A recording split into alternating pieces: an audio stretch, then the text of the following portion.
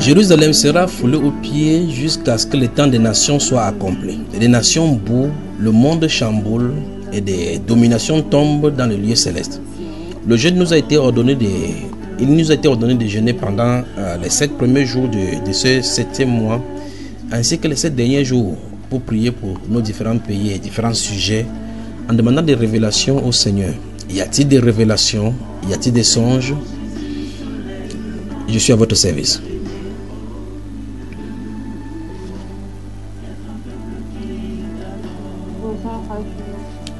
Bonsoir. La sœur Annabelle, je voulais partager juste le songe que j'ai eu. Je vais dire le 2e jour de jeûne. Oui. Je vais dire le 1er. Oui. Parce que lundi, dans toute la semaine de jeûne, dans la nuit, je n'ai pas réussi à dormir. Donc, ce qui fait que, peut-être à cause de la chaleur, je ne sais pas. Donc, je trouvais le sommeil à partir de 6 heures. Oui. Et c'est là que tous les songes me venaient en fait dans la semaine. À partir de 6 heures jusqu'à ce que je me réveille. C'est toi qui avais dit que Paul Biya, Ali Bongo et autres vont mourir, c'est ça, non? C'est vraiment le trouver, au frère. Je n'ai pas le monde. Donc, la responsabilité, qui est responsable? Donc, tu veux du dire coup, que c'est... c'était lundi soir. C'est pas moi qui ai choisi, c'est venu comme ça. Tu es rentré, c'est venu te trouver quoi? Voilà. Donc, lundi soir, au petit matin, on va dire au petit matin de mardi, j'ai fait 3 songes, bon, avec des transitions plutôt assez fluides. Le premier, ça me concernait, j'étais au milieu de ma famille.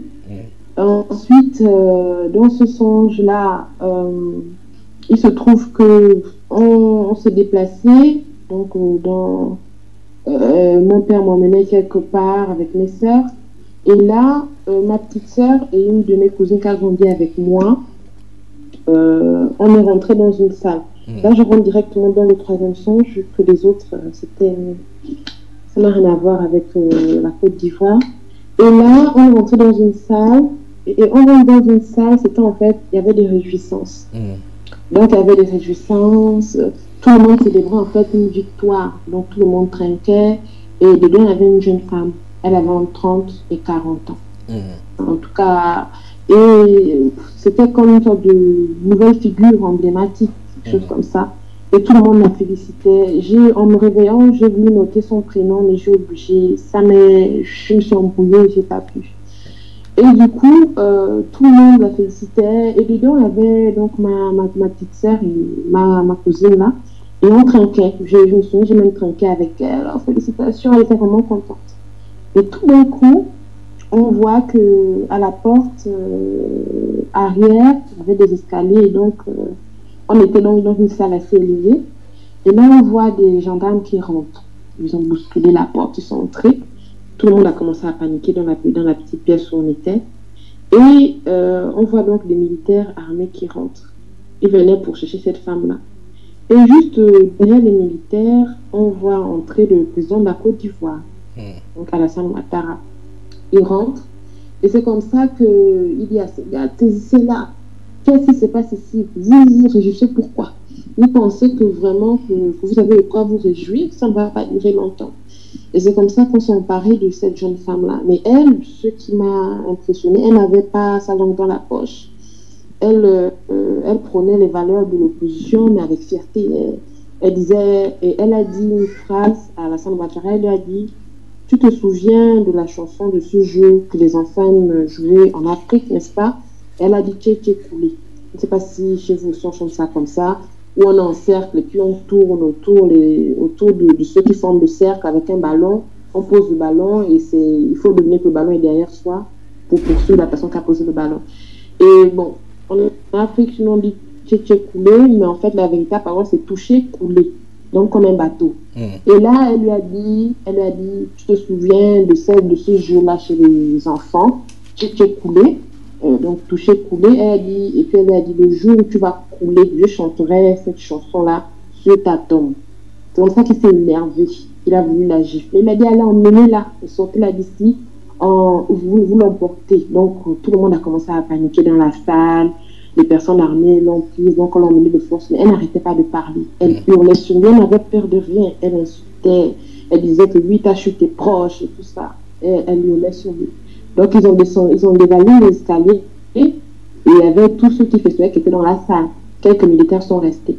Et c'est comme ça qu'il s'est mis dans une colère folle. Colère folle, il a craché. Qui s'est mis dans une colère folle? Qui? Alassane Ouattara. Alassane Ouattara, il s'est mis dans une colère folle. Et c'est comme ça que quand les militaires sont descendus, ils ont dévalé l'escalier avec elle. Il y avait une cour, et puis il y avait d'autres bâtiments inachevés, le temps en blanc. Et il y avait d'autres héros, il y avait encore de la foule là en bas. Donc il y avait des ennemis là en bas. Et c'est comme ça que quand il dévale les escaliers, il se met dans une colère, une rage folle, il arrache un fusil à un des 2-3 gardes qui sont restés dans la salle avec nous. Et là, il a pointé à l'extérieur, donc sur ceux qui emmenaient, sur la petite foule qui traînait cette jeune femme-là, qui continuait à vociférer. Il s'est mis à tirer.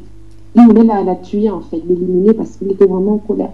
Et quand il tirait, en fait, chose faisant, il n'a pas atteint, mais il tuait des gens qui étaient là, de la population, qui tuaient des innocents. Moi, j'étais à la fenêtre, je voyais ça, on a commencé à être choqués, on a commencé à paniquer dans la salle, on a dit, oh mon Dieu. Et tout le monde s'est mis à hurler, mais qu'il arrête, et il tirait. Il tirait comme ça jusqu'à ce qu'elle disparaisse, en fait, de la vue.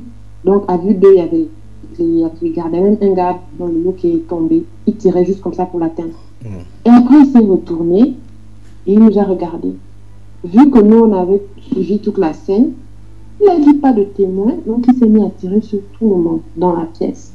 Et il a dit aux gardes d'en faire autant. Et dedans, il y a, je crois que c'est ma petite soeur qui avait été donc aussi abattue. Et je crois ma grande cousine, quand on a tiré la femme, parce qu'il y avait des gens qui luttaient avec les gardes. Les gardes la tiraient, d'autres la tiraient dans l'autre sens. Ce qui veut dire que le groupe est parti. Et donc, l'une de mes grandes cousines, elle est partie avec le groupe qui luttait pour l'enlever des bras des militaires. Et c'est comme ça que moi, j'étais donc cachée sous un mur, sur des canapés, avec des longs pieds, c'est-à-dire avec de l'espace en dessous, une sorte de lit, canapé, lit. Et j'étais allongée dessous et j'ai tourné ma tête, j'ai vu ma petite soeur avec tout le monde était par terre, pas de survivants. Après, il est venu, il a soulevé le canapé, il a dit, mais il en reste une ici, tu es là. C'est ça que je lui ai dit que non, pourquoi vous voulez me tuer et tout ça. Après, il s'est mis à dire, de toute façon, je sais ce que vous voulez que je perde tout. Vous voulez trouver tout ce que j'ai épargné durant tout ce temps-là. Mais 250 millions, c'était 250 millions de dollars. Donc après, il a donné la conversion au franc CFA. Il a dit, c'est ce que vous vouliez prendre, c'est pour ça que vous êtes ici. C'est comme ça que je lui disais, non, nous, on n'est pas intéressé par l'argent, c'est pas l'argent qu'on veut. Et là, dans le son, j'étais censée lui faire passer un message. Il ne voulait pas m'écouter. Moi-même, je ne sais même pas quel message. Je lui disais, non, écoutez-moi, j'ai quelque chose à vous dire. Il disait, non, l'argent là que vous êtes venu chercher. Et il a poussé un meuble, une sorte de faux meuble, ça s'est ouvert, et il y avait tout l'argent qui était caché là, dans le mur. Et c'est comme ça que il disait, mais 250 millions de dollars, personne ne va toucher ça, je pars avec et tout ça. Et j'ai même touché et tout. Il m'a regardé, pourquoi, c'est ça que vous voulez, c'est ça, vous voulez juste me ruiner, me détruire, que je parte sans rien. Que je lui disais, non, il faut écouter moi, ce n'est pas l'argent, pour l'argent qu'on aimait, écoutez-moi. Il ne voulait pas m'écouter, il avait toujours l'arme en main. Il est sorti, j'essayais de le convaincre que je n'étais pas là pour l'argent. Je l'ai suivi.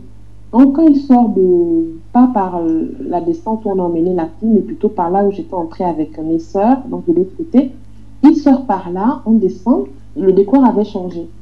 Moi je le suivais toujours, j'essayais de le convaincre, je dois vous dire quelque chose, il ne m'écoutait pas. Et il continue à dire, c'est faux, vous êtes tous les mêmes, vous voulez juste le priver de ceci, de cela.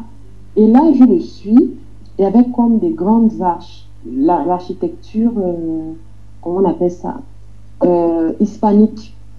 Et je le suis, on était tout juste devant, il y avait des voitures et des gardes armés. C'était des Mexicains. Donc, on se trouvait au Mexique. Et du coup, il a donné l'ordre, il a dit, je les ai regardés, j'ai eu peur, et il leur a dit, tu es là. Et donc, c'est comme ça que je fui, je courais, eux ils tiraient, je courais. Et j'ai réussi à m'accrocher, à grimper quelque part, et j'ai vu les 2 corps de mes sœurs. Dans le sens, je savais que c'était mes sœurs, mais l'apparence avait changé. C'était comme si c'était d'autres personnes. On tirait leurs cadavres comme ça, mais c'est comme si elle me parlait en télépathie. Elle disait, nous ne sommes pas morts. Nous ne sommes pas morts. C'était une mes vraies sœurs, mais je ne sais pas comment expliquer ça.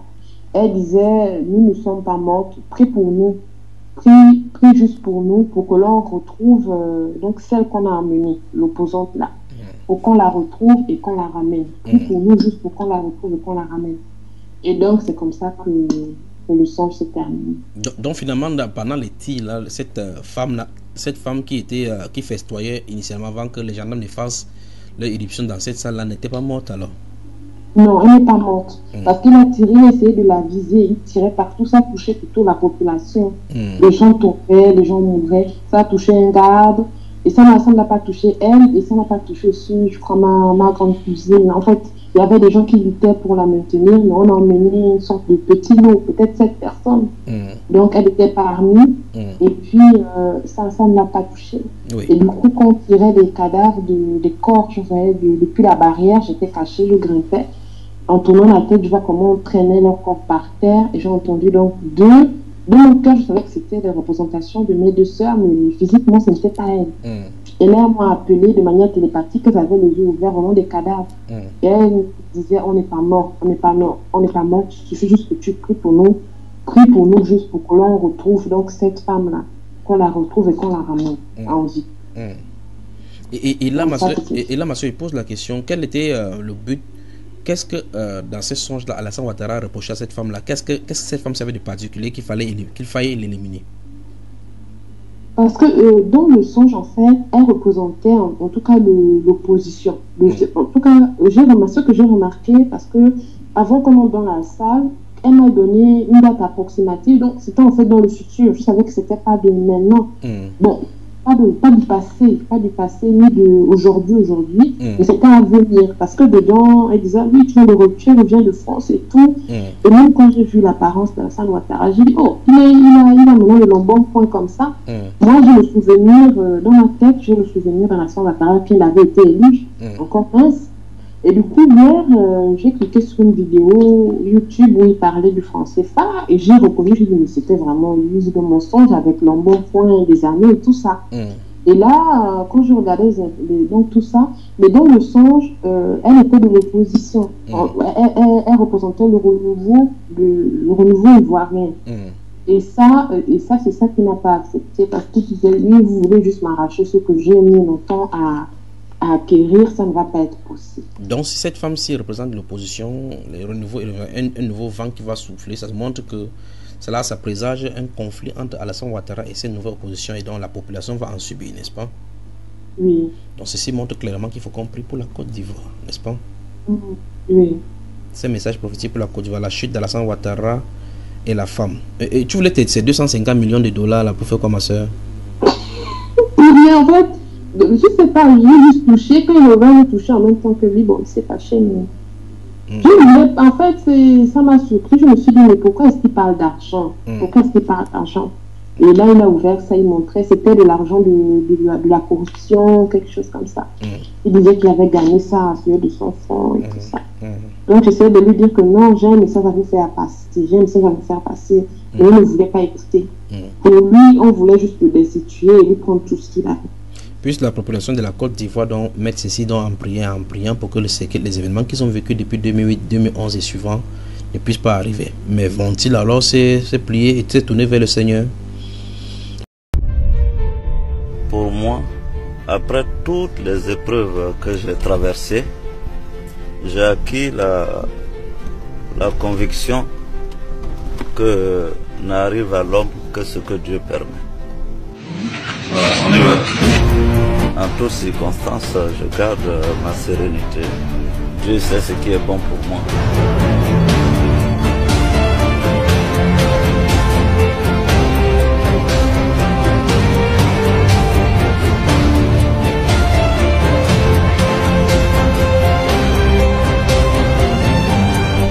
depuis 2 ans, depuis mai 2017, je me suis préparé à cette éventualité. Je suis soulagé parce que vous ne pouvez pas imaginer le poids du fardeau que je ressentais sur mes épaules.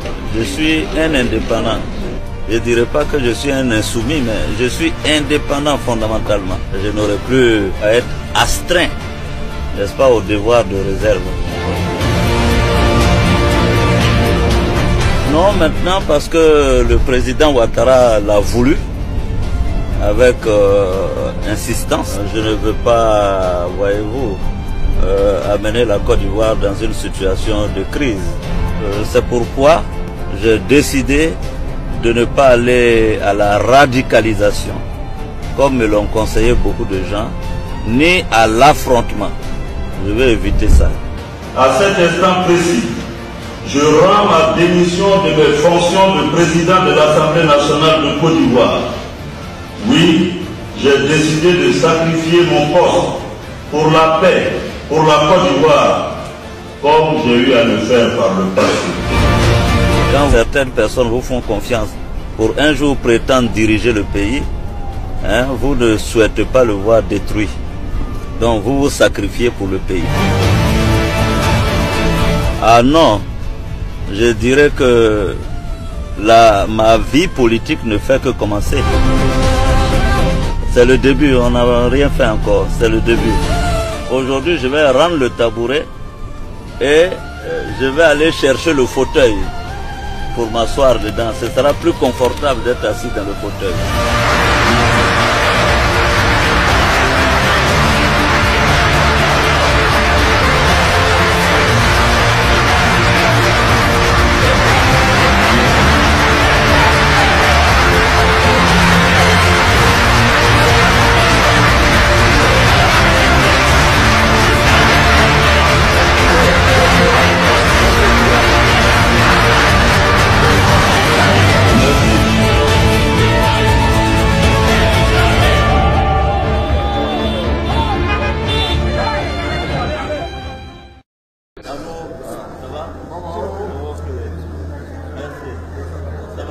Aujourd'hui, la Côte d'Ivoire a plus que besoin du pardon et de la réconciliation. Je pense que c'est important. Personne n'a intérêt à jouer contre la stabilité de la Côte d'Ivoire. Je veux ici même encore demander pardon aux Ivoiriens pour tout ce que j'ai pu faire, les fautes que j'ai pu commettre, les offenses que j'ai pu faire à ce peuple qui a tant souffert. Je demande pardon. Je prends aussi l'initiative aujourd'hui d'aller demander pardon à mes aînés, Henri Konan Bédié, au président Alassane Ouattara et même au président Laurent Gbagbo. J'irai demander pardon et me réconcilier avec chacun d'entre eux spécifiquement. Et même Gbagbo mérite que j'aille lui demander pardon. Je demanderai pardon à tout le monde.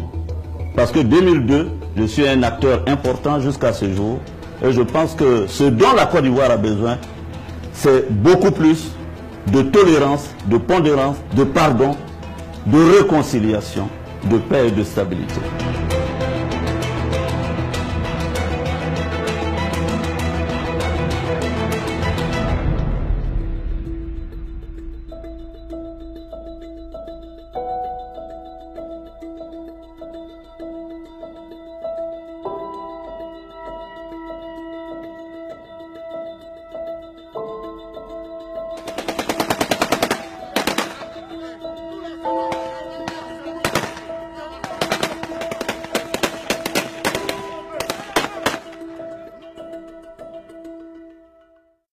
Sur les photos brandies par le procureur de la République, on peut voir des armes présentées comme des saisies effectuées chez des proches de Guillaume Soro. Autant de preuves selon la justice que l'homme projetait une insurrection. Monsieur Soro, Guillaume, a entrepris des tournées dans certains pays d'Europe où il ne se privait pas de jeter l'anathème et le discrédit sur les institutions en place. Des accusations qui s'appuient sur un enregistrement diffusé lors de la conférence de presse. On y entend Guillaume Soro s'entretenir avec un groupe. On a l'armée. En fait, il faut minimiser les coûts humains, le sang, tout ça. On va regarder la situation. Si elle est favorable à une insurrection populaire, tant mieux. L'ex-chef de la rébellion contre Laurent Gbagbo aurait dû rentrer lundi à Abidjan, mais son avion a été dérouté pour éviter son arrestation. Depuis un lieu tenu secret, son avocate admet l'authenticité de l'enregistrement vieux de 3 ans, mais dénonce un complot des renseignements ivoiriens. Cet audio est d'une légèreté déconcertante, avouons-le. Elle date de l'année 2017. Pourquoi l'exhumer aujourd'hui et pourquoi l'audio est-elle incomplète? Nous vous livrerons tous les secrets de ce feuilleton d'espionnage mal monté par Abidjan. 5 députés proches de Guillaume Soro ont aussi été arrêtés malgré leur immunité, ainsi qu'une dizaine de ses soutiens. 10 ans après la crise qui a fait au moins 3000 morts en Côte d'Ivoire, cette élection s'annonce sous haute tension. Lundi déjà, des heurts ont opposé des partisans de Guillaume Soro aux forces de l'ordre, près du siège du parti Génération et Peuple Solidaire. Une visite d'amitié, une visite fraternelle, je remercie le président. Mais je ne sais pas s'il y a des questions. Bonjour, Edouard Dropsy de RFI, président Ouattara.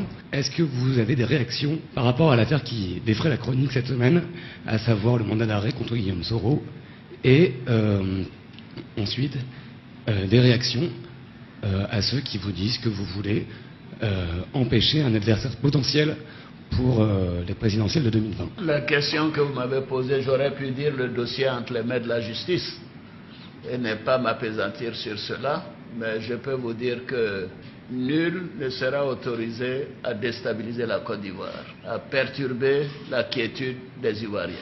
Le droit sera appliqué à tous, candidats ou pas.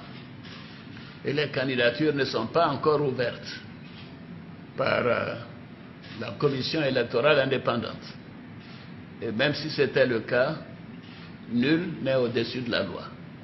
Aussi bien les anciens présidents, les présidents d'institutions, le président de la République, que tous les autres. Nous sommes des citoyens et nous sommes responsables devant les juridictions. Et j'ajoute que la Constitution de la Côte d'Ivoire a des éléments très clairs concernant les députés. Les députés ne sont pas au-dessus de la loi. Ils ne peuvent pas être poursuivis dans le cadre de l'exercice de leurs fonctions. Mais quand ils sont mêlés à la déstabilisation de ce pays, là, ils doivent faire face à la rigueur de la loi. Je termine en disant, la loi sera appliquée, intégralement appliquée à tous les citoyens ivoiriens, quel que soit le lieu où ils résident en dehors de la Côte d'Ivoire. Je vous remercie.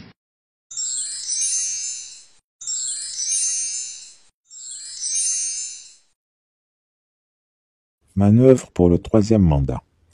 Alassane Ouattara annonce sa candidature et libère quelques otages. Ce jeudi 6 août 2020, à l'occasion de son traditionnel discours de l'indépendance, le président Alassane Ouattara devrait annoncer sa décision de se porter candidat à l'élection présidentielle d'octobre 2020.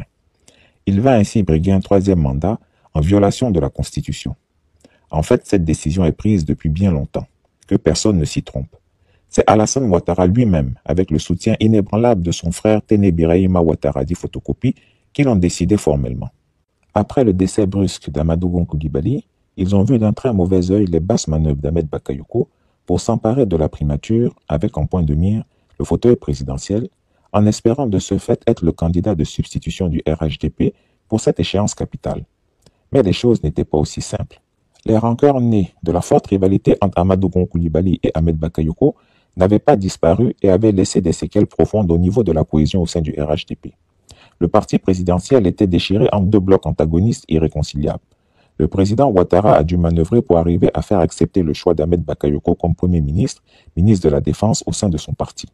Cependant, cette nomination a été douloureusement ressentie par le peuple sénoufo et par la famille du défunt Amadou Gon Coulibaly, qui ne peuvent s'empêcher de penser que le successeur a sa main trempée dans les causes du décès de leur fils et frère. La famille du défunt Premier ministre trouvait indécent qu'Ahmed Bakayoko n'attende même pas les 40 jours rituels de deuil pour commencer à jouer des coudes de manière choquante pour s'asseoir dans le fauteuil.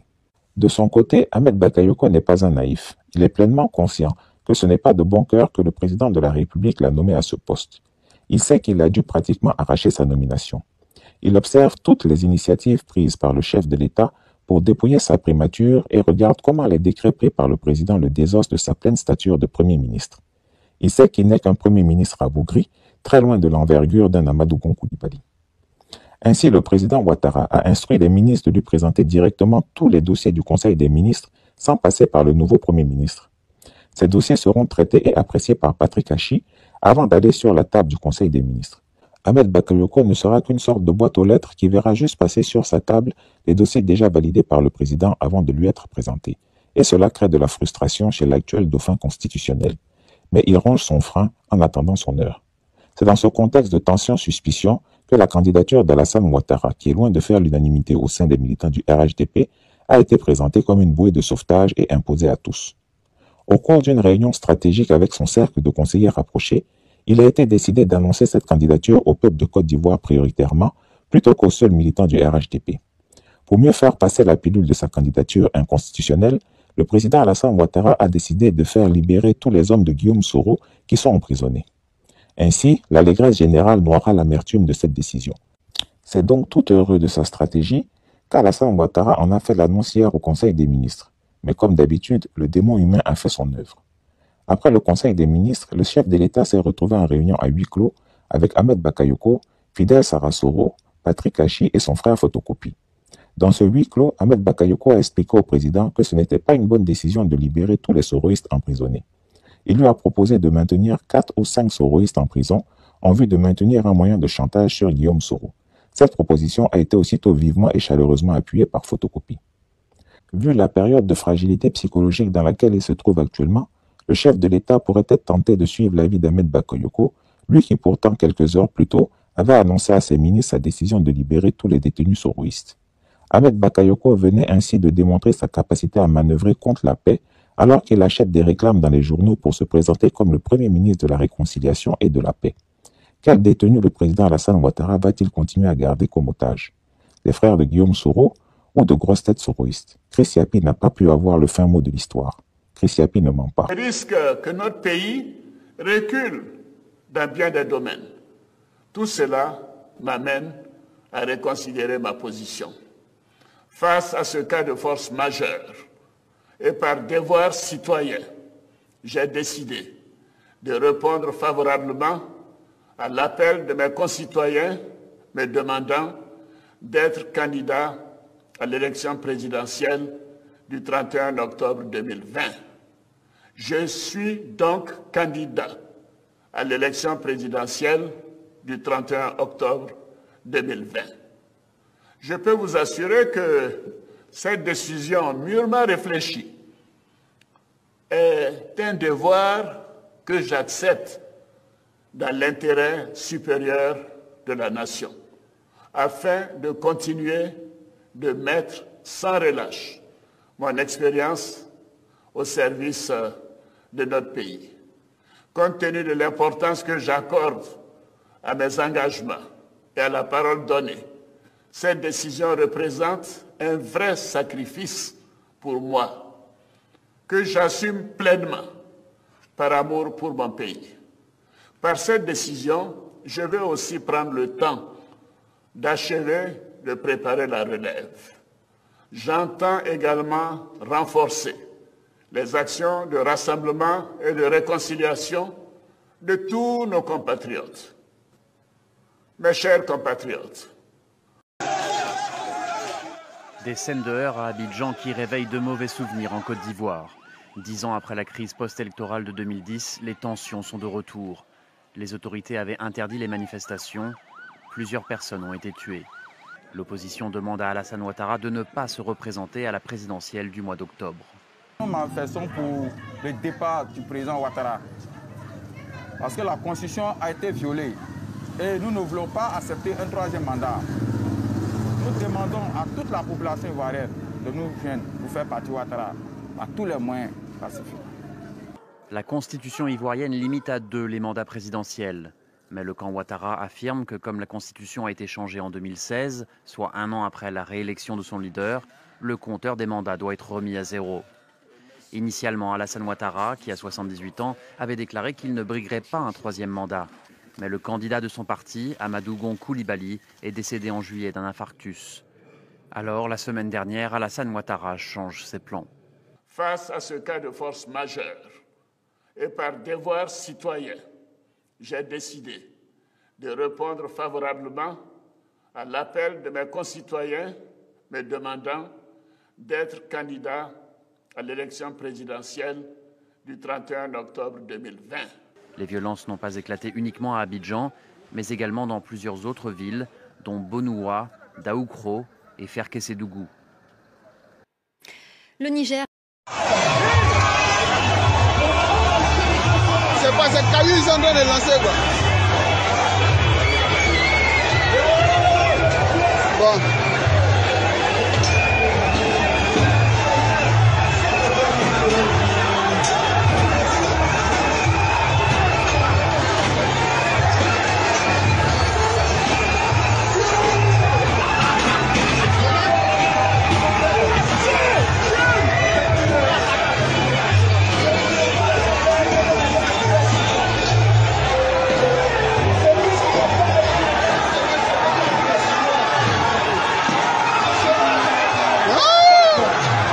C'est gâté.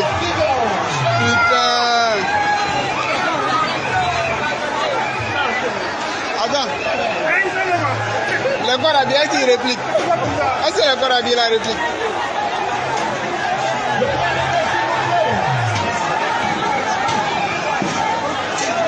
Ils vont casser la voiture des gens, hein.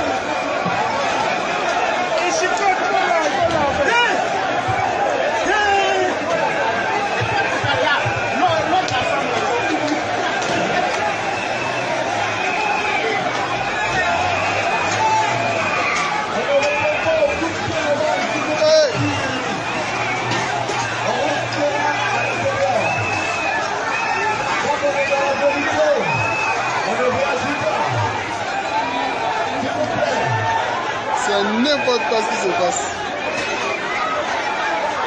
Du coup, il y a ouverture pour rentrer. On les attend. On les attend au portail avant. Ils vont cogner quelqu'un, obligé, ils vont cogner quelqu'un.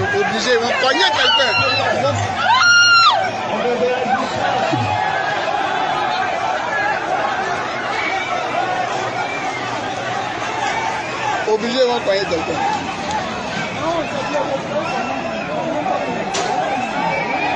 Merci de vous approcher, s'il vous plaît. Approchez-vous.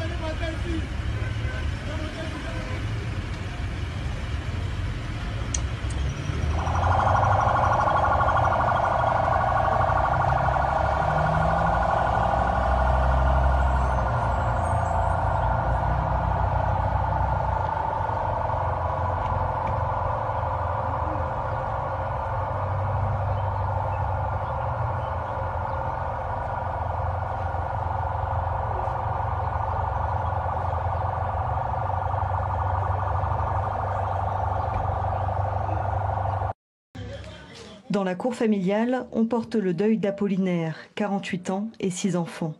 Il a été tué dans la nuit de vendredi à samedi, alors qu'il gardait le village d'Anoumambo, à l'entrée de Daoukro, de peur que de nouvelles maisons soient incendiées. À 2 h du matin, on nous a appelé qu'on a abattu notre cousin. On est parti sur le lieu et puis on a vu victime, notre frère couché. Il a été abattu. On a vu 4 tuiles de cartouches. Mardi 11 août, à Daoukro, la marche pacifique s'est transformée en conflit communautaire. On dénombre 4 morts, plus d'une centaine de blessés, des dizaines d'habitations brûlées. Il ne reste plus rien. Ce n'est que des gravats que nous pouvons voir. Les affrontements ont duré plusieurs jours entre les Baoulés, souvent partisans de l'ancien président Henri Konan Bédié, et les Malinqués, souvent pro-Alassane Ouattara. Nos parents ont vécu en bonne et intelligence avec nos frères Malinqués à Daoukro. Et nous, notre génération, c'est la même chose. Mais on manipule des gens parmi nous. Difficile de savoir exactement ce qu'il s'est passé. Des individus extérieurs sont-ils venus prêter main forte à l'une ou l'autre communauté? Des fausses rumeurs ont aussi été propagées. On va vous dire par exemple, l'autre côté est en train de venir vous attaquer. Et vous également, on vous dit, ils sont en train. Donc vous, de part et d'autre, il y a certains qui attisent le feu. Des médiations ont été menées entre les autorités et la jeunesse afin de ramener le calme. J'ai pris pour que les tensions continuent de baisser jusqu'à un nouvel ordre. Parce que dans l'euphorie, on fait beaucoup de bêtises. Mais la méfiance reste forte à Daoukro et une nouvelle marche est prévue pour demain, alors que les manifestations de rue sont désormais interdites en Côte d'Ivoire. Bonsoir. Alors donnez-nous l'identité de ces 4 femmes du mouvement qui ont été arrêtées. D'accord, merci. Alors avant de parler de leur identité, je pense qu'il est important de situer la communauté nationale et internationale dans le contexte pour lequel ces dames ont été injustement arrêtées. Il faut rappeler que ces membres de la délégation de GPS Côte d'Ivoire prenaient part et répondaient donc favorablement à l'appel lancé par les partis membres de l'opposition, mais aussi l'appel lancé par la société civile pour faire barrage au projet de violation constitutionnelle du président actuel Alassane. Pour parler de ces dames, il faut savoir qu'elles sont effectivement membres de la délégation GPS Côte d'Ivoire. Il s'agit de Mme Anne-Marie Bonifon, de Mme Kassabana Kone, de Mme Henriette Déhi et de Mme Tobi. Je peux vous informer que le même soir, la présidente de la délégation, la responsable de la délégation GPS Côte d'Ivoire, Mme Anne-Marie Bonifon, a été conduite d'urgence dans un centre de santé où jusqu'à présent, malheureusement, on n'a pas d'informations sur son état de santé, là où elle se trouve, rien du tout. Et je vous informe également que ces dames, dès le lendemain, ont comparu devant le tribunal d'Abidjan où elles ont été poursuivies pour des faits de troubles à l'ordre public qui, jusqu'à ce jour, donc, ont été incarcérées à la MACA. Alors, du côté du GPS, qu'est-ce qui est fait exactement pour libérer ces 4 femmes? Il faut savoir que ces dames ont heureusement pu bénéficier du soutien de nos avocats qui les ont suivis jusqu'à ce jour et qui continuent dans les procédures légales pour que le droit soit dit, qu'elles soient libérées, parce que la Constitution de la République de Côte d'Ivoire le permet et l'autorise. Même si aujourd'hui Alassane Ouattara veut violer la Constitution, il faut quand même, lui, l'opposant qui a été victime de toutes les formes d'injustice, que le droit de manifestation est autorisé par la Constitution de la République de Côte d'Ivoire. Et ces dames-là étaient dans leur droit de manifester simplement. Donc, nous allons essayer encore une fois de faire confiance à cette justice ivoirienne, bien qu'elle soit à la solde du pouvoir en place. Mais on va essayer de faire confiance à cette justice-là. Mais pour notre part, nous demandons à nos militants de rester debout et de toujours continuer à faire barrage dans ce projet de violation constitutionnelle. Parce que ce sont des actes qui sont de nature à certainement vouloir nous briser le moral de l'opposition. Et je pense que les Ivoiriens aujourd'hui sont debout dans toutes les rues de Côte d'Ivoire pour dire non à ce projet de violation constitutionnelle. Alassane Ouattara, toi c'est trop, il a gouverné ce pays pendant 10 ans. Qu'est-ce qu'on a reçu? Qu'est-ce qu'on a reçu, chers Ivoiriens? C'est qu'il a vous dit, sautez! Sautez! Il a dit ici qu'on a fait président de la République, ne peut pas être candidat. Nous voulons la candidature du Laurent Gbagbo. Nous voulons la candidature du Laurent Gbagbo. C'est tout ce que nous demandons. Il est Ivoirien. digne de ce pays.